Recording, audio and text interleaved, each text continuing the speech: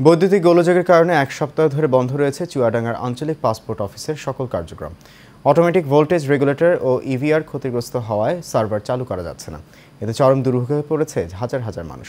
কার্যক্রম কবে নাগাদ চলবে এখনও নিশ্চিত করে বলতে পারছে না অফিসের কর্মচারীরা।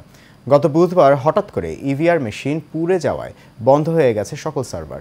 গত বৃহস্পতিবার থেকে এ পর্যন্ত বন্ধ রয়েছে সকল কার্যক্রম। প্রতিদিন যে অফিসে প্রায় ৩০০ জন লোক সেবা নিয়ে থাকেন, সেই ব্যস্ততম অফিস এখন ফাঁকা পড়ে রয়েছে।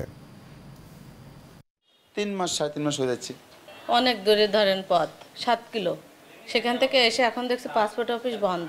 দিন 5:30টার দিকে বিদ্যুৎ বিভ্রাটের জন্য আমাদের একটা এভিআর পুড়ে যায় আমাদের সার্ভার এবং সব কিছু বন্ধ হয়ে যায়। মূলত ওই দিন থেকে বন্ধ, গত বৃহস্পতিবার থেকে কার্যক্রম বন্ধ।